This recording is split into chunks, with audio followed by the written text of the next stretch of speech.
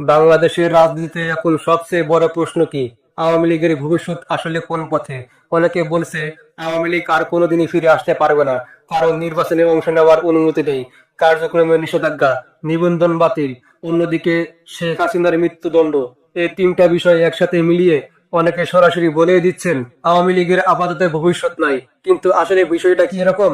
আজকে আমি তিনটা সম্ভাব্য রাস্তা বলে দেব, যে রাস্তা গেলে আওয়ামী লীগ ফিরে আসতে পারে এবং যেগুলোতে গেলে একেবারেই ফিরে আসতে পারবে না। আজকে একটা রিপোর্ট পড়ছিলাম, শিরোনাম ছিল আওয়ামী লীগের ভবিষ্যৎ কোন পথে। সরাসরি এক লাইনে এই কথার উত্তর দেওয়া যায় না, কিন্তু একটা প্রশ্ন তো আছেই, আপাতত কি আওয়ামী লীগের ফিরে আসার সম্ভাবনা আছে? সোজা কথা, না, আপাতত সম্ভাবনা নেই। কারণ সরকার সহ অন্য সব রাজনৈতিক দল ধরেই নিয়েছে আওয়ামী লীগকে নির্বাচনে অংশ নিতে দেওয়া হবে না। যে দল নির্বাচনে অংশ নিতে পারবে না সেই দলের রাজনৈতিক মাঠে দাঁড়ানোর জায়গায় থাকে না। এরপর আওয়ামী লীগের রয়েছে বড় তিনটি বাধা: কার্যক্রমের উপর নিষেধাজ্ঞা, নিবন্ধন বাতিল, শেখ হাসিনার মৃত্যুদণ্ড। এই তিনটা বিষয় একসাথে ধরলে আওয়ামী লীগের বর্তমান ভবিষ্যৎ বলতে কিছুই থাকে না। তাহলে ভবিষ্যতে কি কিছু আছে? হ্যাঁ, অবশ্যই আছে। ভবিষ্যৎ পুরোপুরি শূন্য বলা যাবে না। তিনটা সম্ভাব্য পথ খোলা আছে, যে পথে আওয়ামী লীগ আবার ফিরে আসতে পারবে। নাম্বার এক, রিফাইন্ড বা পুনর্গঠিত নতুন আওয়ামী লীগ।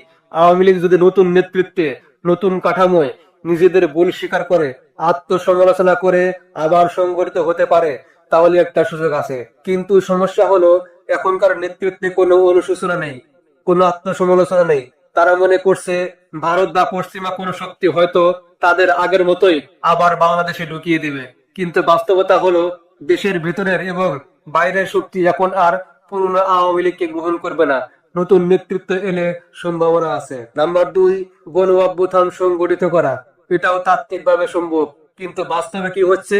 এখন প্রতিদিন ককটেল, বাসে আগুন, এগুলো দিয়ে ভয় দেখানো যায়, কিন্তু সরকার পতন হয় না। 15 বছর ধরে বিএনপি জামাতে সব করেছে, তখনও সরকার পড়ে নাই। গণ অভ্যুত্থান হয় যখন জনসমর্থন আকাশচুম্বী হয়, আর হঠাৎ একটা ঘটনা সে আগুনে ঘি ঢেলে দেয়। আওয়ামী লীগের এখন সেই জনসমর্থন বা সংগঠিত শক্তি কোনোটাই নেই। গণ অভ্যুত্থান তো দূরের কথা, বড় কিছু করতে গেলেও তাদের আগের অবস্থায় ফিরতে কমপক্ষে 20 বছর সময় লাগবে। নাম্বার তিন, ভারত যদি বাংলাদেশে বড় ধরনের ক্র্যাকডাউন করে। এটাও তাত্ত্বিকভাবে একটি পথ, কিন্তু বাস্তবে অসম্ভব। কারণ ভারত এমন ঝুঁকি নেবে না। বড় সামরিক অভিযান বিশ্ব রাজনীতি অনুমতি দেবে না। চীন পাকিস্তান চুপ করে থাকবে না। বাংলাদেশকে চাপে ফেলতে চাইলে ভারতীয় বহির্বিশ্ব কূটনৈতিক ও অর্থনৈতিক চাপ দেবে। তাই ভারতীয় হস্তক্ষেপের মাধ্যমে আওয়ামী লীগের ফেরত আসার সম্ভাবনা খুবই কম। মোট কথা হচ্ছে, তিনটা রাস্তা থাকলেও প্রতিটাতে আছে অনেক শর্ত, অনেক জটিলতা। পুরনো নেতৃত্বে আওয়ামী লীগ ফিরে আসবে এমন সম্ভাবনা প্রায় নেই। ডিফাইন্ড নতুন আওয়ামী লীগ হলে কিছু সম্ভাবনা আছে, কিন্তু কমপক্ষে 5-10 বছর পর। আর গণ অভ্যুত্থান এখন আওয়ামী লীগের পক্ষে সম্ভব নয়। ভারতীয় ক্র্যাকডাউন প্রায় অসম্ভব। বর্তমান বাস্তবতা হলো আওয়ামী লীগের রাজনৈতিকভাবে ফিরে আসার কোনো সরাসরি সম্ভাবনা এখন চোখে পড়ছে না। ভালো থাকুন। আসসালামু আলাইকুম।